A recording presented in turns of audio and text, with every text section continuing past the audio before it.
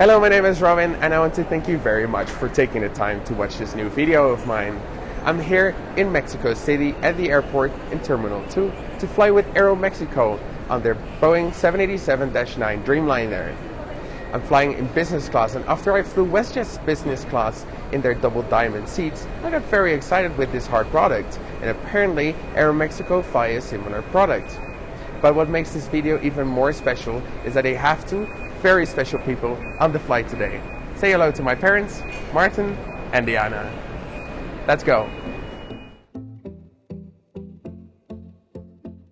2 weeks ago we flew from Terminal 1 to Guadalajara.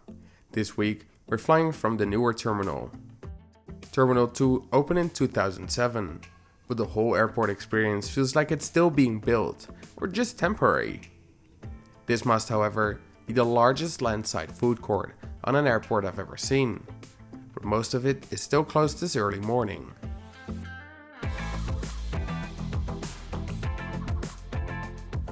Terminal 2 was originally meant to be used by all SkyTeam members, but only Aeromexico and Delta moved away from Terminal 1 and shared this corner for all US bound flights.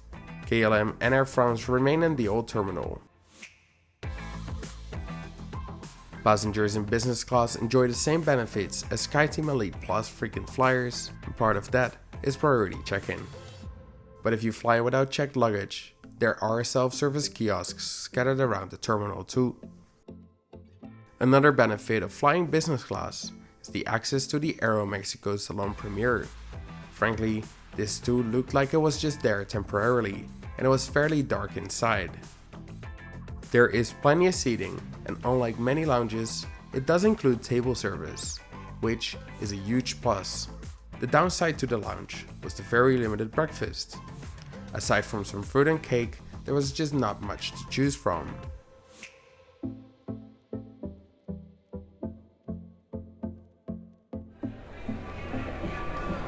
It is very important to know which Dreamliner you're flying on when you're flying Aeromexico, because they have both the 787-8 and the 787-9 in their fleet.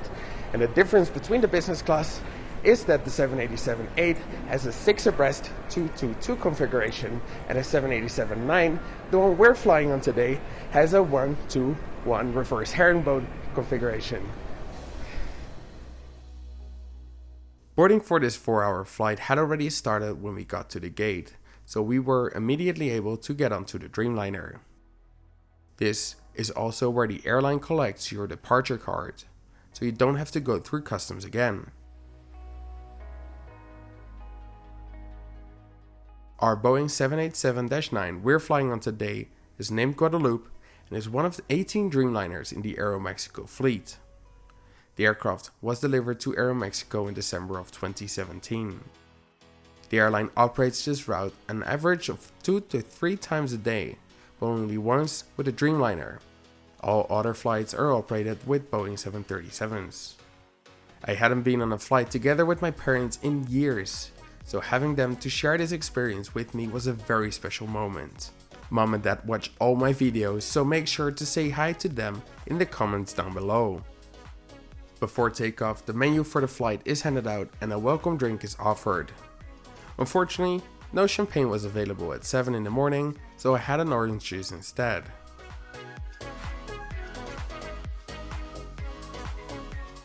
The night before my flight, Paul Lucas had published his review on this aircraft, and I made the mistake to watch that video just before my flight.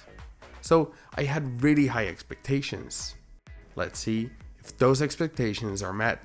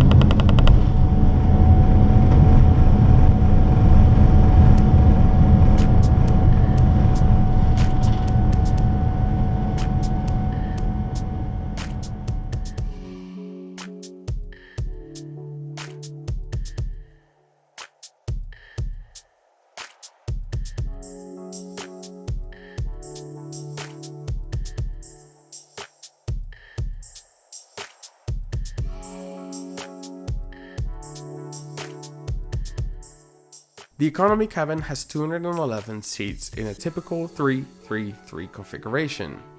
The screens in these seats are really large 11-inch displays. In front of coach, you can find 27 AM Plus seats. Quite comparable to KLM's economy comfort, these are the same seats as in economy but with more legroom. Finally, 10 rows of business class in a 1-2-1 reverse herringbone configuration, all with direct aisle access. All business class seats have 2 windows with the exception of row 5, so bear in mind when you're booking your seat.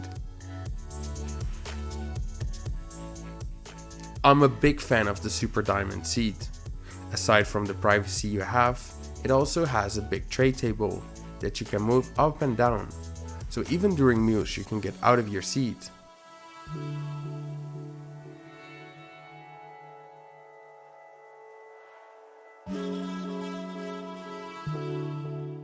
There are a lot of storage compartments too. This big one here has the audio port for the noise cancelling headphones you get, a USB port, remote for the in-flight entertainment system, and a universal power outlet.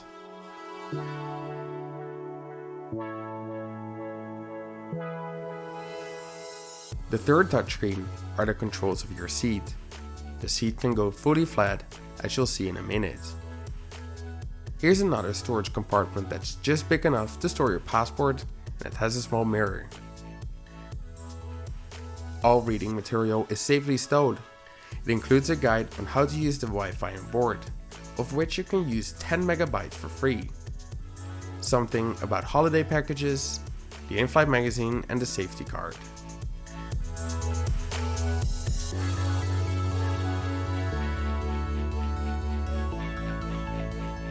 Behind you is a small reading light that's easily accessible when the bed is fully flat.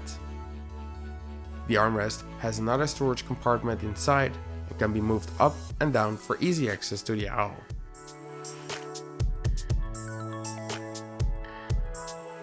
This just looks really comfy, and the Dreamliner is really quiet too. Listen.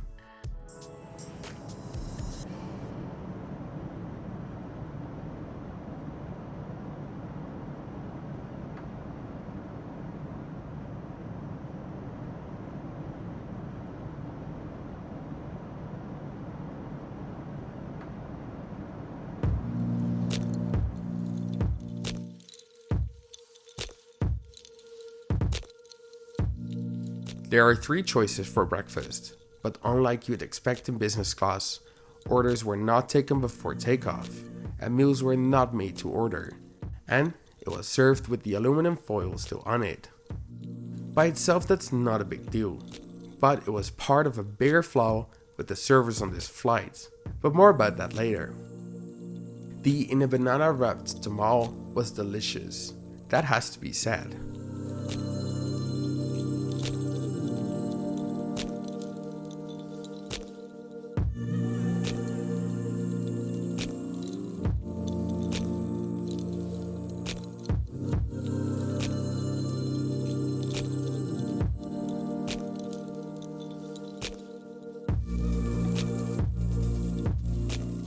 In the galley, you can find a walk-up bar, where you can grab soft drinks, water, or other drinks. And there was a frozen bottle of champagne thawing in the sink. There's a hot water tap and an espresso machine, which was not working on this flight.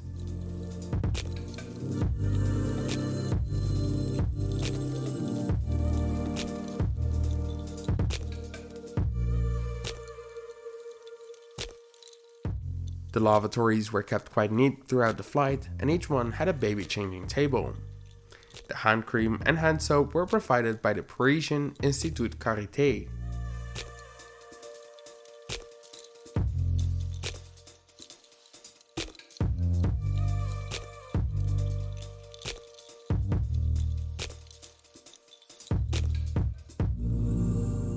The flower was a nice touch, but unfortunately not real. The business class seat has an 18-inch touchscreen and is really responsive. This is obviously a very modern system and has a lot of choice in series and film. You can also use the remote to pick something to watch.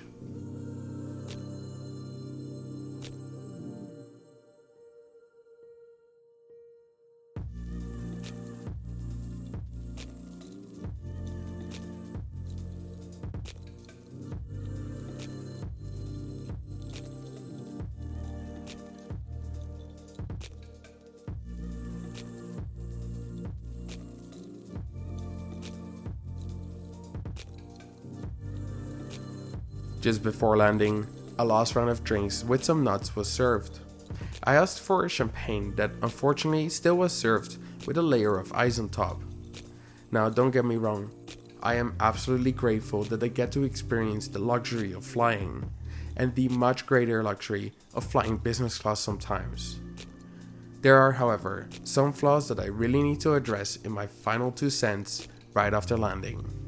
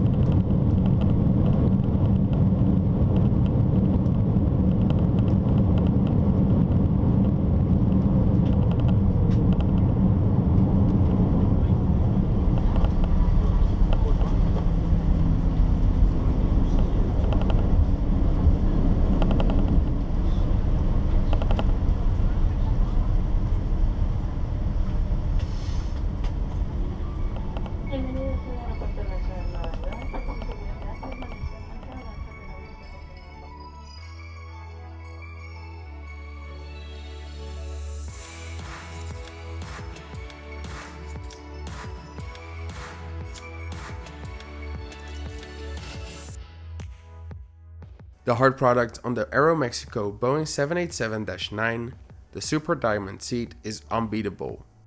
It absolutely is one of my favorite seats in the air. The privacy, the comfort, the large touchscreen, and the aisle access even during a meal. It has everything. But the hard product is only half the flight. Now I understand that this is just a 4-hour medium flight and I don't expect something like an amenity kit, even on a daytime flight like this. But regardless of flight length, in business class you do expect business class service. Yet the service all throughout the flight felt like I was in economy class.